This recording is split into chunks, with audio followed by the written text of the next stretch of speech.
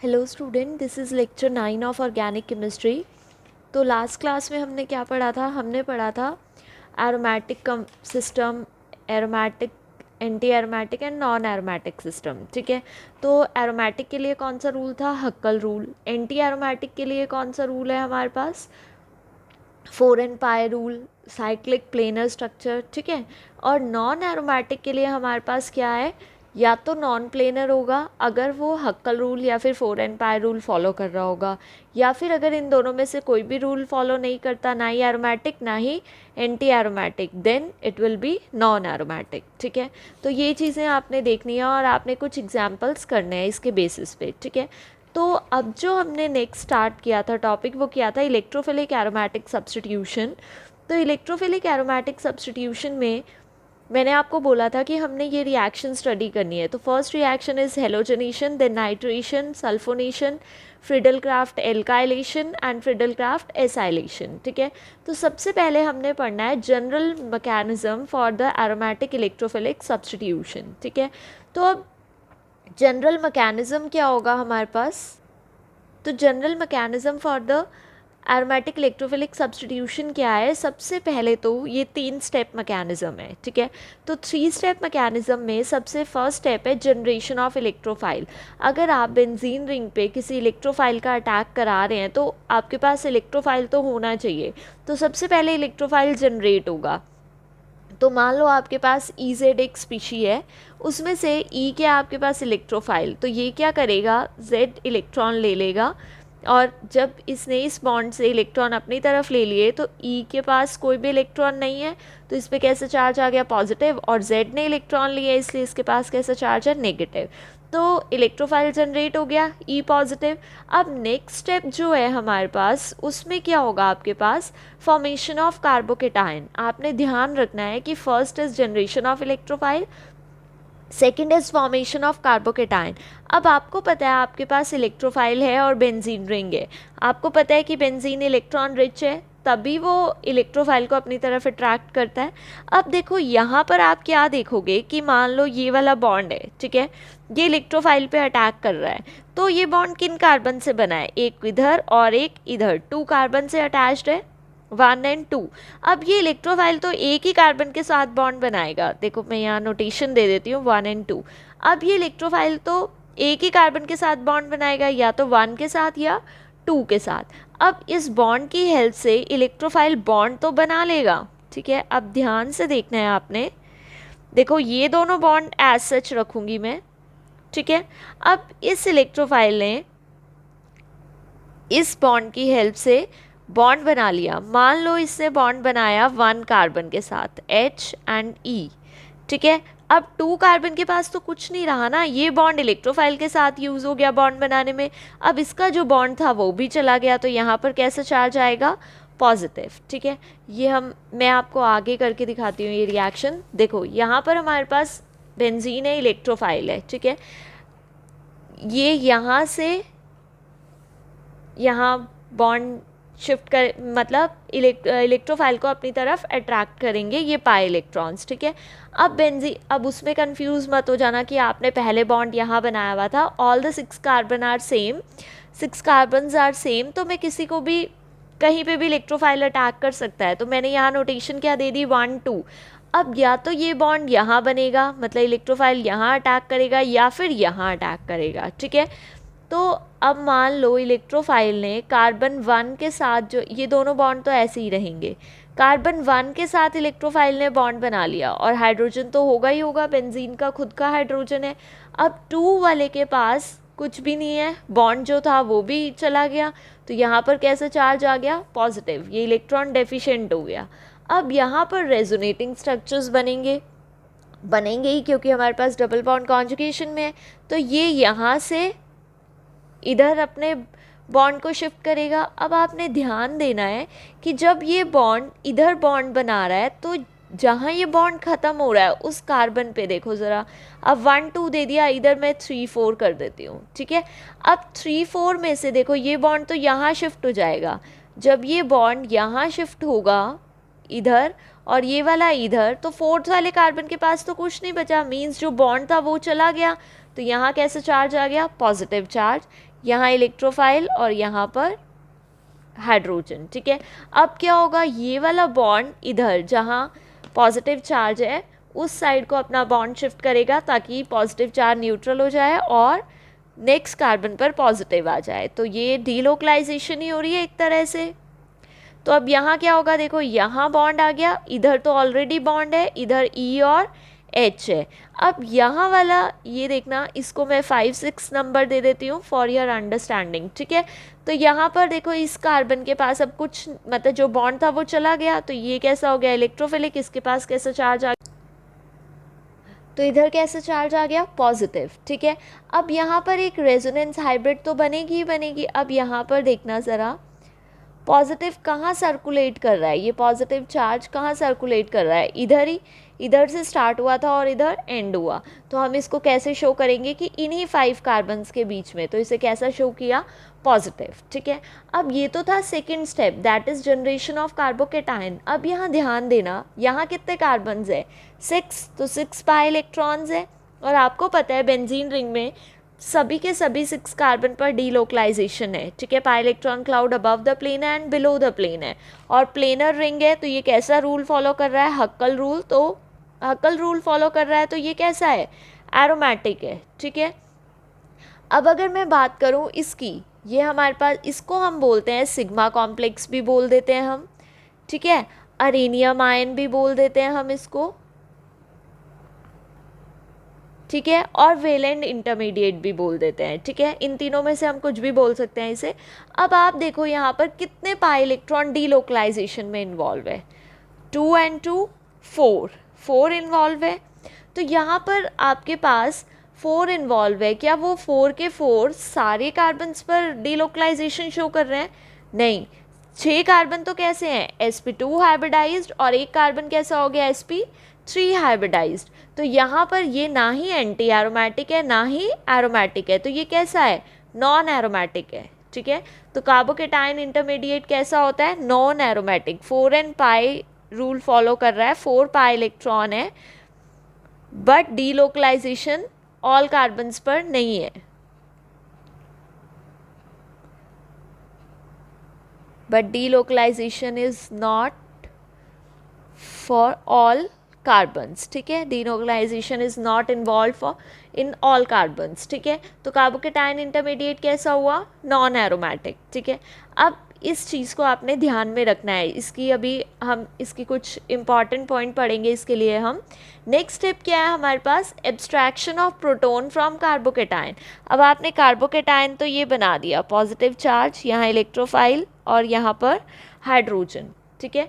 अब क्या होगा हमारे पास, आपके पास Z नेगेटिव जनरेट हुआ था, यहाँ पर देखो हमारे पास इलेक्ट्रोफाइल और Z नेगेटिव जनरेट हुआ था, ठीक है। तो अब ये Z नेगेटिव क्या करेगा, यहाँ से प्रोटोन एब्स्ट्रैक्ट करेगा, ठीक है। तो ये नेगेटिव चार्ज कहाँ अटैक करेगा, जो ये प्रोटोन है, बट ये H पॉजिटिव को लेगा, ठीक है। तो ये H अपने इलेक्ट्रॉन किधर शिफ्ट कर देगा, इधर शिफ्ट कर देगा, ठीक है। तो यहाँ पर क्या होगा हमारे पास, वापस से एरोमेटिसिटी गेन हो गई, यहाँ बॉन्ड आ गया, इधर इधर और एक बॉन्ड छोड़ के इधर, और यहाँ पर इलेक्ट्रोफाइल, और यहाँ हाइड्रोजन तो चला गया हमारे पास, इलेक्ट्रोफाइल आ गया यहाँ पर, ठीक है। और ये ZH, ठीक है। तो मीन्स इसने प्रोटोन एब्स्ट्रैक्ट किया, तो अब H ने अपने इलेक्ट्रॉन तो देने हैं, तो ये यहाँ अपने इलेक्ट्रॉन देगा, और यहाँ से फिर से हमारे पास क्या आ जाएगा, एरोमेटिक कंपाउंड आ जाएगा, और ये हमारे पास प्रोडक्ट है, सब्सटीट्यूटेड प्रोडक्ट। ये कुछ भी नहीं है, आपने इसमें कंफ्यूज नहीं होना है, बाय मिस्टेक लगा दिया मैंने, ठीक है। तो ये तो था हमारे पास mechanism, that is first step is generation of electrophile, second is formation of carbocation, and third is the abstraction of proton from carbocation, ठीक है। Now energy profile diagram for aromatic electrophilic substitution. अब आपने देखा कि यहाँ पर first step में तो जनरेशन ऑफ इलेक्ट्रोफाइल था, second step is the slow step and is the rate determining step, ठीक है। Third step is the fast. तो रेट ऑफ रिएक्शन ओवरऑल किस पे डिपेंड कर रहा है, जो स्लो स्टेप है that is rate determining step. तो जो रेट डिटरमाइनिंग स्टेप है उस पर पूरा रेट ऑफ रिएक्शन डिपेंड कर रहा है, ठीक है। और वो कैसा स्टेप है और कौन सा स्टेप है, फॉर्मेशन ऑफ कार्बोकेटाइन, ठीक है। अब फॉर्मेशन ऑफ कार्बोकेटाइन, अब आपने इसमें एनर्जी प्रोफाइल डायग्राम बनाना है। सबसे पहले आप कहाँ जाओगे, इस स्टेप पे, कि सबसे पहले आपके पास क्या बनेगा, carbocation, then there will be a formation of product, ठीक है। तो यहाँ पर जब आप एनर्जी प्रोफाइल डायग्राम बनाओगे तो आपने एक चीज़ देखनी है, देखो एनर्जी प्रोफाइल डायग्राम बनाने के लिए यहाँ हमने रखना होता है एनर्जी, यहाँ पर हमने रखना होता है प्रोग्रेस ऑफ रिएक्शन, ठीक है। तो यहाँ पर हमारे पास है रिएक्टेंट, अभी समझाती हूँ मैं आपको कि ये कैसे ड्रॉ हो रहा है।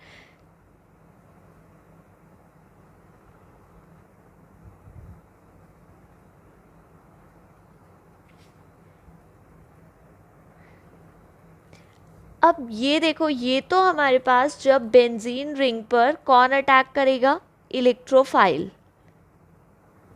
ठीक है। ये तो हमारे पास सेकंड स्टेप है। फॉर्मेशन ऑफ कार्बोकेटाइन इसी से होगा, तो यहाँ पर हमारे पास क्या बनेगा, सिग्मा कॉम्प्लेक्स, यही है सिग्मा कॉम्प्लेक्स, एक साइड ई एक साइड एच, यही है। ये हमारे पास क्या बनेगा, प्रोडक्ट, सब्स्टिट्यूटेड प्रोडक्ट, तो यहाँ पर हमारे पास क्या आएगा, ठीक है, ये हमारे पास फाइनल प्रोडक्ट बन गया। अब आप एक चीज़ देखना, सिग्मा कॉम्प्लेक्स, ये जो यहाँ से यहाँ जाते हैं ये स्टेप कैसा है, स्लो, यहाँ से यहाँ जाते हैं तो ये स्टेप कैसा है, फास्ट। आपने अभी मैंने आपको एक्सप्लेन किया कि formation of carbocation is a slow step, next step is the fast step, ठीक है। तो जो स्टेप स्लो होता है उसकी ट्रांजिशन स्टेट की एनर्जी क्या होती है, ज़्यादा होती है। ये ट्रांजिशन स्टेट एनर्जी, ये ट्रांजिशन स्टेट 1 है आपके पास, ये ट्रांजिशन स्टेट 2 है आपके पास। अब इसकी एनर्जी ज़्यादा क्यों है, इसकी एनर्जी ज़्यादा है तो इसका मतलब इस स्टेप के लिए आपको इतनी एक्टिवेशन एनर्जी चाहिए। ये आपके पास क्या है, activation energy for the formation of sigma complex. और इस सेकेंड स्टेप के लिए आपको एक्टिवेशन एनर्जी चाहिए बस इतनी सी, ठीक है। अब ऐसा क्यों कि आपको सिग्मा कॉम्प्लेक्स बनाने के लिए एक्टिवेशन एनर्जी ज़्यादा चाहिए और फाइनल प्रोडक्ट बनाने के लिए कम चाहिए, ठीक है। सबसे पहले तो मैंने आपको अभी एक्सप्लेन किया था कि जब आप कार्बोकेटाइन बनाते हैं तो वो अपनी एरोमेटिसिटी को लूज़ कर देता है, ठीक है। जब वो अपनी एरोमेटिसिटी लूज़ करेगा तो उसकी स्टेबिलिटी क्या हो जाएगी, कम हो जाएगी। आप एरोमेटिक से नॉन एरोमेटिक में जाते हो तो स्टेबिलिटी ऑटोमेटिकली क्या हो जाती है, कम हो जाती है, ठीक है। तो इसका मतलब आप किसी स्टेबल कंपाउंड से उससे कम स्टेबल कंपाउंड में लेके जा रहे हो, कार्बोकेटाइन बना रहे हो, तो उसके लिए आपको ज़्यादा अमाउंट ऑफ एनर्जी चाहिए, ठीक है। तो इसलिए ट्रांजिशन स्टेट की एनर्जी क्या होती है, फर्स्ट ट्रांजिशन स्टेट की एनर्जी क्या होती है, ज़्यादा होती है, हाई एक्टिवेशन एनर्जी चाहिए होता है हमें उसके लिए। तो ये कैसा प्रोसेस है, एंडोथर्मिक है, because benzene loses its resonance energy and aromaticity, benzene अपनी एरोमेटिसिटी लूज कर देती है, ठीक है। Second step is the final step, that is formation of substituted product, then E(A2) is small, activation energy क्या है, कम है, because resonance energy and stability of benzene ring is regain, इसमें रेजोनेंस, इसमें एरोमेटिसिटी क्या हो जाती है, रीगेन हो जाती है, तो वो कम स्टेबल से ज़्यादा स्टेबल में जा रहा है, तो एक्टिवेशन एनर्जी क्या है, कम है। तो ये रिएक्शन कैसी है, सेकेंड रिएक्शन एक्सोथर्मिक रिएक्शन है, ठीक है। ट्रांजिशन स्टेट का मतलब होता है कि बॉन्ड अभी कंप्लीटली फॉर्म नहीं हुआ है, मतलब पार्शियल फॉर्मेशन ऑफ बॉन्ड होता है ट्रांजिशन स्टेट का मतलब, मींस बेंजीन और इलेक्ट्रोफाइल में अभी कंप्लीटली बॉन्ड फॉर्म नहीं हुआ है। कंप्लीटली बॉन्ड कब फॉर्म होगा, जब हमारे पास इंटरमीडिएट आएगा। सिमिलरली सेकेंड स्टेप में हाइड्रोजन का बॉन्ड बेंजीन रिंग से कंप्लीटली ब्रेक नहीं हो रहा है, ट्रांजिशन स्टेट 2 में पार्शली ब्रेकेज हो रही है और ट्रांजिशन स्टेट 1 में पार्शली फॉर्मेशन हो रही है इलेक्ट्रोफाइल के साथ, ठीक है। तो आपने ये चीज़ ध्यान रखनी है। Next is the formation of sigma and pi complexes in aromatic electrophilic substitution.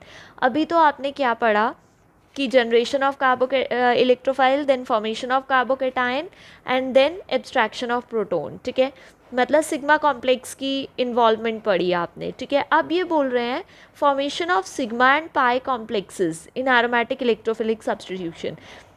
आपको लग रहा होगा कि सिग्मा कॉम्प्लेक्स बना दिया आपने, ठीक है, बट सिग्मा कॉम्प्लेक्स भी डायरेक्ट नहीं बनता है, उससे पहले क्या बनता है, पाई कॉम्प्लेक्स, ठीक है। Attack of electrophile on benzene leads to formation of pi complex, then there will be a formation of sigma complex। तो pi complex में क्या होता है कि बेंजीन के जो इलेक्ट्रॉन क्लाउड है वो इलेक्ट्रोफाइल को अपने पास अट्रैक्ट करते हैं, ठीक है। पाई कॉम्प्लेक्स में होता है कि अट्रैक्शन होती है और electrophile come closer to the benzene ring, ठीक है। फिर उसके बाद हमारे पास सिग्मा कॉम्प्लेक्स बनता है, ठीक है। Second step elimination of proton होता है। तो सेम एलिमिनेशन कैसे होता है, पहले पाई कॉम्प्लेक्स बनता है, फिर देन सब्स्टिट्यूटेड प्रोडक्ट आता है हमारे पास, ठीक है। तो अब इसमें हमारे पास दो एनर्जी प्रोफाइल डायग्राम होते हैं। एक एनर्जी प्रोफाइल डायग्राम तो हो सकता है, देखो आपने मेन तो इसी के लिए पढ़ना है, ठीक है, कि सिग्मा कॉम्प्लेक्स मेन आपका स्लो स्टेप कौन सा है, ये वाला ही है, तो मेन फोकस हमारा इसी पे रहेगा। अब इसी में पाई कॉम्प्लेक्स रेट डिटरमाइनिंग हो सकता है, और तो फर्स्ट हमारे पास है formation of sigma complex is the rate determining step. अगर sigma complex rate determining step है तो सबसे पहले तो एक बार यहाँ पर क्या होगा आपके पास, बेंजीन विद इलेक्ट्रोफाइल, ठीक है, ये तो हमारे पास रिएक्टेंट की फॉर्म में है। नेक्स्ट स्टेप क्या है आपके पास, यहाँ पाई कॉम्प्लेक्स बनेगा। पाई कॉम्प्लेक्स क्या बोलता है कि बॉन्ड क्या होता है, मतलब इलेक्ट्रोफाइल क्लोजर आता है टू द बेंजीन रिंग, ठीक है। ये आपके पास पाई कॉम्प्लेक्स बन गया। सेकंड आपके पास क्या बनेगा, सिग्मा कॉम्प्लेक्स। यहाँ पर हमारे पास बनेगा सिग्मा कॉम्प्लेक्स। सिग्मा कॉम्प्लेक्स में इलेक्ट्रोफाइल ने बॉन्ड बना लिया है, ठीक है। Then again there will be a pi complex. Pi complex मतलब हाइड्रोजन जो है वो मूव कर रहा है away from the benzene ring, ऐसा ही होगा हमारे पास, हाइड्रोजन बेंजीन रिंग से दूर जा रहा है, ठीक है। तो यहाँ पर इलेक्ट्रोफाइल है। लास्ट हमारे पास मेन प्रोडक्ट बनेगा, ठीक है, सब्स्टिट्यूटेड प्रोडक्ट। तो आप यहाँ देखना, आप यहाँ से यहाँ पाई कॉम्प्लेक्स में मूव कर रहे हैं, फिर पाई टू सिग्मा में मूव कर रहे हैं। ये बोल रहे हैं formation of sigma complex is the rate determining step. तो ये जो है आपके पास रेट डिटरमाइनिंग स्टेप है, तो इसकी एक्टिवेशन एनर्जी इस स्टेप के एक्टिवेशन एनर्जी से क्या होगी, ज़्यादा होगी। तो ये वाली एक्टिवेशन एनर्जी आपके पास क्या होगी, कम होगी, और ये वाली एक्टिवेशन एनर्जी उससे क्या होगी, ज़्यादा होगी, ठीक है। क्योंकि जो रेट डिटरमाइनिंग स्टेप होता है उसकी एक्टिवेशन एनर्जी ज़्यादा होती है, उसकी ट्रांजिशन एनर्जी ज़्यादा होती है, क्योंकि वो स्टेप कैसा है, स्लो स्टेप है। स्लो स्टेप है तो ट्रांजिशन स्टेट की एनर्जी ज़्यादा होगी, तो एक्टिवेशन एनर्जी क्या होगी, ज़्यादा होगी। अब यहाँ से आप एरोमेटिसिटी गेन कर रहे हो, यहाँ तो चली गई एरोमेटिसिटी, यहाँ गेन कर रहे हो, तो जहाँ आप एरोमेटिसिटी गेन करोगे वहाँ एक्टिवेशन एनर्जी क्या होगी, कम होगी। फिर यहाँ एक बॉन्ड ब्रेक हो रहा है तो फाइनल प्रोडक्ट बनेगा, तो यहाँ पर आपके पास ये एक्टिवेशन एनर्जी है, ठीक है। तो means sigma complex rate determining step means transition state for the formation of sigma complex has more activation, has high activation energy than for pi complex, ठीक है। now formation of pi complex is the rate determining step। formation of pi complex अगर आप rate determining बता रहे हो तो ये आपके पास क्या है, बेंजीन प्लस इलेक्ट्रोफाइल, ये आप पाई कॉम्प्लेक्स बना रहे हो, ठीक है। ये हमारे पास पाई कॉम्प्लेक्स है, ठीक है। ये हमारे पास सिग्मा कॉम्प्लेक्स है कि बॉन्ड बन चुका है इलेक्ट्रोफाइल एंड हाइड्रोजन के बीच में। देन अगेन ये क्या है हमारे पास, पाई कॉम्प्लेक्स, ठीक है, ये electrophile and it will be the final substituted product, ठीक है। अब मैंने बोला कि pi complex is the rate determining step, तो पाई कॉम्प्लेक्स की एक्टिवेशन एनर्जी सिग्मा कॉम्प्लेक्स से क्या होगी, ज़्यादा होगी। ये पाई कॉम्प्लेक्स की एक्टिवेशन एनर्जी है और ये किसकी एक्टिवेशन एनर्जी है, सिग्मा कॉम्प्लेक्स की, तो ये एक्टिवेशन एनर्जी इससे क्या है, ज़्यादा है, ठीक है। फिर नेक्स्ट आपके पास क्या है, इसकी तो इससे कम होगी, ये हमारे पास यहाँ पर, ठीक है। फिर नेक्स्ट स्टेप में आपके पास प्रोडक्ट फॉर्मेशन होगा, ठीक है। तो ये तो था हमारे पास formation of sigma and pi complex. सबसे पहले तो जो मोस्ट इम्पॉर्टेंट है वो है mechanism, general mechanism, 3-step mechanism, formation of electrophile, formation of carbocation, and then there will be abstraction of proton from carbocation. ठीक है, नेक्स्ट है हमारे पास energy profile diagram for aromatic electrophilic substitution, it is very important. ठीक है, तो ये हमारे लिए इंपॉर्टेंट है एनर्जी प्रोफाइल डायग्राम, ये वाला। Next formation of sigma complex and pi complex, पूछ लिया जाए एग्जाम्स में तो इसलिए हमें ये टॉपिक पढ़ना है। वैसे वो एनर्जी प्रोफाइल डायग्राम ज़्यादा इंपॉर्टेंट है, बट फिर भी हम इसे मिस नहीं कर सकते क्योंकि एग्जाम में कुछ भी पूछ लिया जाता है। ठीक है, नेक्स्ट है हमारे पास mechanism for some aromatic substitution reactions. अब मैंने आपको बोला था हमने कुछ ही एरोमेटिक सब्सटीट्यूशन रिएक्शंस पढ़नी है तो उनके मैकेनिज्म हमें पता होने चाहिए। ठीक है, जनरल तो हमें पता चल गया है बट एक्चुअल में अलग अलग करने हैं तो वो कैसे मैकेनिज्म है। ठीक है, सबसे पहले हमारे पास हेलोजनेशन, हेलोजनेशन पढ़ेंगे हम। हेलोजनेशन में क्या मतलब समझ में आ रहा है कि आपने हेलोजन अटैच कराना है बेंजीन के साथ। ठीक है, तो उसके लिए हमें क्या चाहिए, लुईस एसिड चाहिए, दैट इज़ फेरिक क्लोराइड या फिर anhydrous AlCl3, strong Lewis acid चाहिए हमें, वो एज अ कैटलिस्ट का काम करेंगे। ठीक है, तो देखो ज़रा जब आप Cl2 ले रहे हो तो यहाँ पर Cl लग जाएगा प्लस HCl बाहर, इधर से H जाएगा और इधर से एक Cl, तो HCl बाहर हो जाएगा। इसी तरह आप ब्रोमिनेशन भी करा सकते हो, यहाँ Br2, यहाँ FeBr3 और यहाँ एनहाइड्रस AlBr3। ठीक है, नाउ मैकेनिज्म फर्स्ट स्टेप तो वही है जनरेशन ऑफ इलेक्ट्रोफाइल। अब इलेक्ट्रोफाइल कैसे जनरेट होगा, देखो आप ये दोनों तो नॉन पोलर ही हुए, तो ये दोनों की इलेक्ट्रोनेगेटिविटी सेम है। ये FeCl3 है, FeCl3 लुईस एसिड है जो कि इलेक्ट्रॉन रिच स्पीशी को अपनी तरफ अट्रैक्ट करेगा। ठीक है, अब इलेक्ट्रॉन रिच, अब देखो कोई इलेक्ट्रॉन डेफिशिएंट है, ये नॉन पोलर है, बट जब इलेक्ट्रॉन डेफिशिएंट के आसपास आएगा तो ये क्या करेगा, इलेक्ट्रॉन क्लाउड इसका डिस्टॉर्ट हो जाएगा और एक पार्शियल नेगेटिव एक पार्शियल पॉजिटिव हो जाएगा। तो Cl क्या करेगा, एक Cl विद इलेक्ट्रॉन इसके पास जाने की कोशिश करेगा क्योंकि ये इलेक्ट्रॉन डेफिशिएंट है तो इलेक्ट्रॉन रिच को अपनी तरफ लेगा। तो यहाँ पर एक Cl के पास कैसा चार्ज आ गया, पार्शियल पॉजिटिव, ये बॉन्ड ब्रेक हो रहा है इसलिए डॉटेड, इधर ये बॉन्ड फॉर्म हो रहा है इसलिए डॉटेड, और ये पार्शियल नेगेटिव क्योंकि इसके साथ बॉन्ड फॉर्म होगा। ठीक है, next step is the formation of carbocation. आपके पास बेंजीन रिंग है, इलेक्ट्रॉन रिच है, तो यहाँ से आपके पास इलेक्ट्रोफाइल जनरेट हो गया है, तो ये इलेक्ट्रॉन इलेक्ट्रोफाइल को अपनी तरफ अट्रैक्ट करेंगे। ठीक है, तो ये बॉन्ड क्या होगा, इधर शिफ्ट हो जाएगा कम्प्लीटली। ठीक है, तो ये तो FeCl4 बन के बाहर हो गया, देखो FeCl4 नेगेटिव बन के बाहर हो गया ये वाला, तो Cl पॉजिटिव ने अटैक किया Cl पर, तो सेम जैसे बेंजीन पर, तो सेम जैसे पहले किया, मैंने आपको पहले जनरल मैकेनिज्म शो किया है। ये दो बॉन्ड्स एज सच रहेंगे, इधर Cl और H, इधर पॉजिटिव चार्ज। अब ये बॉन्ड्स डीलोकलाइजेशन शो करेंगे, ये बॉन्ड इधर शिफ्ट हो जाएगा, तो यहाँ पर कैसा चार्ज आ जाएगा, पॉजिटिव, यहाँ डबल बॉन्ड एज सच रहेगा, ये बॉन्ड इधर आ गया, यहाँ Cl और यहाँ H। अब ये बॉन्ड क्या करेगा, इधर शिफ्ट हो जाएगा, तो हमारे पास क्या आ जाएगा, ये बॉन्ड इधर शिफ्ट हो गया, इसका पॉजिटिव न्यूट्रल हो गया, बट यहाँ पॉजिटिव जनरेट हो गया, तो ये Cl और ये H। ठीक है, तो ये हमारे पास रेजोनेटिंग स्ट्रक्चर्स बन गए हैं। ठीक है, अब यहाँ पर एक रेजोनेंस हाइब्रिड बन जाएगी, यहाँ पॉजिटिव चार्ज, यहाँ पर Cl और यहाँ पर H, तो फॉर्मेशन ऑफ कार्बोकेटाइन हो गया। Next step is the abstraction of proton from the carbocation. अब आप प्रोटोन कैसे एब्स्ट्रैक्ट करेंगे, आपके पास FeCl4 नेगेटिव है, वो H पॉजिटिव को लेगा अपनी तरफ, और ये जो H है अपने इलेक्ट्रॉन इधर देगा, तो वापस से एरोमेटिसिटी गेन हो जाएगी, ये बॉन्ड बन जाएगा और यहाँ से H और इधर से Cl बाहर, HCl, और ये FeCl3 as a Lewis acid as a catalyst बाहर आ जाएगा। ठीक है, तो सेम मैकेनिज्म है, that is generation of electrophile, formation of carbocation and abstraction of proton from the carbocation.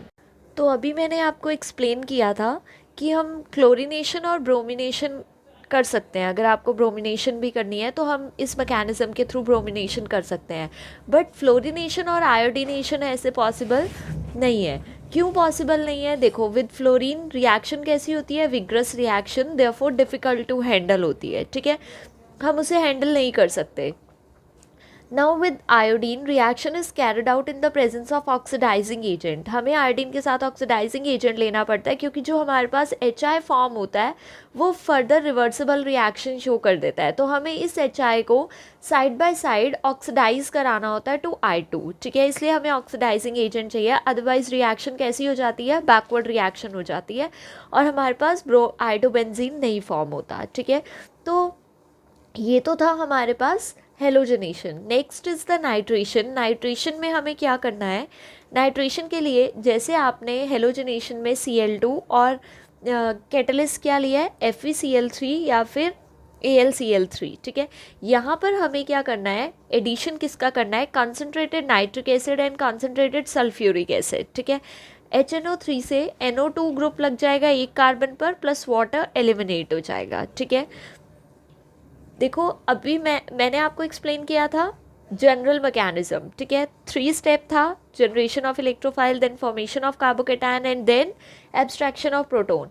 Same procedure follow, same mechanism हर इलेक्ट्रोफिलिक एरोमेटिक सब्स्टिट्यूशन में follow हो रहा है, बस आपका जो जनरेशन ऑफ इलेक्ट्रोफाइल वाला मेथड है वो डिफरेंट है क्योंकि कैटलिस्ट डिफरेंट है, रिएजेंट डिफरेंट है, ठीक है। तो यहाँ पर आपके पास HNO3 है और H2SO4 है, तो H2SO4 क्या करेगा, एसिड अपना प्रोटॉन देगा, ठीक है। जब ये प्रोटॉन देगा तो हमारे पास ऑक्सीजन क्या है, इलेक्ट्रॉन रिच है, और H क्या करेगा, H पॉजिटिव की फॉर्म में जाएगा।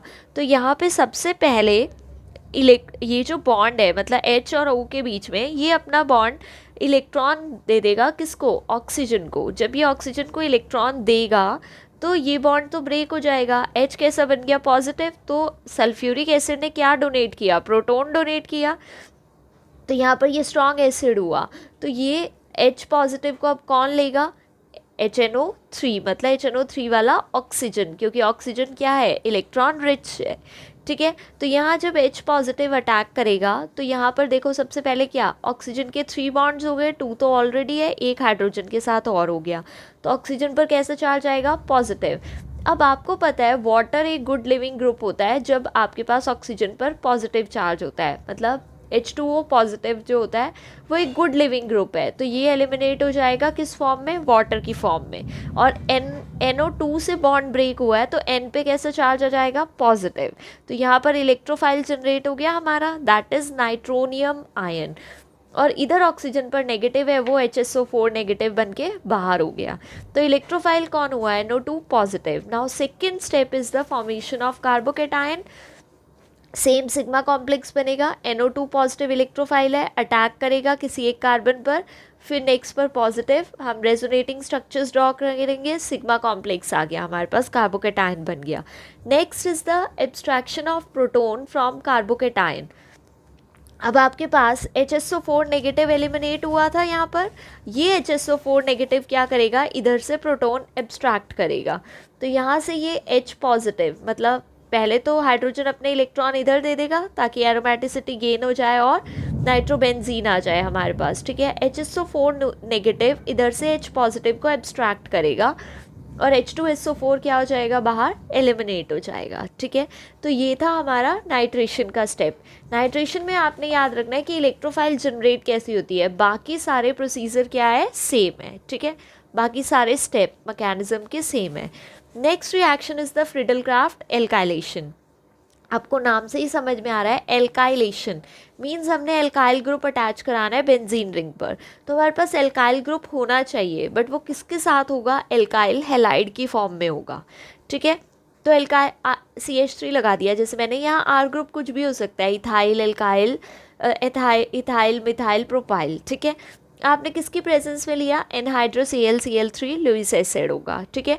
तो एल्काइल ग्रुप बेंजीन के साथ लग जाएगा, प्लस HCl एलिमिनेट हो जाएगा। Same mechanism is the generation of electrophile, AlCl3 Lewis acid है तो Cl को अपनी तरफ अट्रैक्ट करेगा, तो R पॉजिटिव और AlCl4 नेगेटिव जनरेट हो जाएगा, ठीक है। अब आपने इसमें कंफ्यूज नहीं होना कि मैम आपने यहाँ पर तो ये डॉटेड बॉन्ड दिखा दिए और यहाँ पर आप ऐसे दिखा रहे हो, तो बेटा यहाँ पर R और Cl, कार्बन और Cl में इलेक्ट्रोनेगेटिविटी डिफरेंस ज़्यादा है, तो इसकी प्रेजेंस में ये बॉन्ड ब्रेक हो सकता है। यहाँ पर दोनों ही सेम इलेक्ट्रोनेगेटिविटी वाले हैं, तो यहाँ पर हम डॉटेड बॉन्ड शो करते हैं। बाकी अगर आप यहाँ पर भी अगर ऐसा शो कर दोगे डॉटेड फॉर्म में तो कोई फ़र्क नहीं पड़ता, आप जैसे मर्जी शो कर दो, ठीक है। नेक्स्ट स्टेप में तो हमें बॉन्ड ब्रेकेज दिखानी ही है, ठीक है। तो यहाँ पर हमारे पास क्या आ गया, R पॉजिटिव और AlCl4 नेगेटिव, क्योंकि Cl विद इलेक्ट्रॉन जाएगा तो यहाँ पर नेगेटिव, यहाँ पर पॉजिटिव, ठीक है। अब R पॉजिटिव एक इलेक्ट्रोफाइल का काम कर रहा है, तो इलेक्ट्रोफाइल क्या करेगा, अटैक करेगा बेंजीन रिंग पे, जो कि रेट डिटरमाइनिंग स्टेप होगा। Second step is the formation of carbocation. तो ये अरेनियम आयन बन गया हमारे पास, सिग्मा कॉम्प्लेक्स, ये कार्बोकेटायन बन गया। Next step is the abstraction of proton, ठीक है। तो AlCl4 नेगेटिव एलिमिनेट हुआ था, वो प्रोटोन एब्स्ट्रैक्ट करेगा, प्रोटोन अपने इलेक्ट्रॉन इधर दे के जाएगा, तो यहाँ पर एरोमेटिसिटी गेन हो जाएगी, एल्काइल बेंजीन बन जाएगा plus AlCl3 plus HCl, catalyst as such बाहर हो गया है, ठीक है। तो ये सारे मैकेनिज्म डिफरेंट है, दो स्टेप जिसमें सेम है, फर्स्ट स्टेप जिसमें डिफरेंट है that is generation of electrophile, but general step same है। फर्स्ट इलेक्ट्रोफाइल जनरेट करना, second carbocation formation, third abstraction of proton, ठीक है। तो ये आपने याद रखना है। तो आज जो हमने पढ़ा है वो हमने जनरल मैकेनिज्म पढ़ा है, सेकेंड हमने पढ़ा है energy profile diagram for aromatic electrophilic substitution, third हमने formation of sigma complex and pi complex, then their energy diagram, then mechanism for halogenation, nitration and then for Friedel Crafts alkylation, ठीक है। अगर आपको कुछ भी डाउट है तो आप मुझसे पूछ सकते हैं, बाकी मैकेनिज्म्स हम नेक्स्ट क्लास में डिस्कस करेंगे।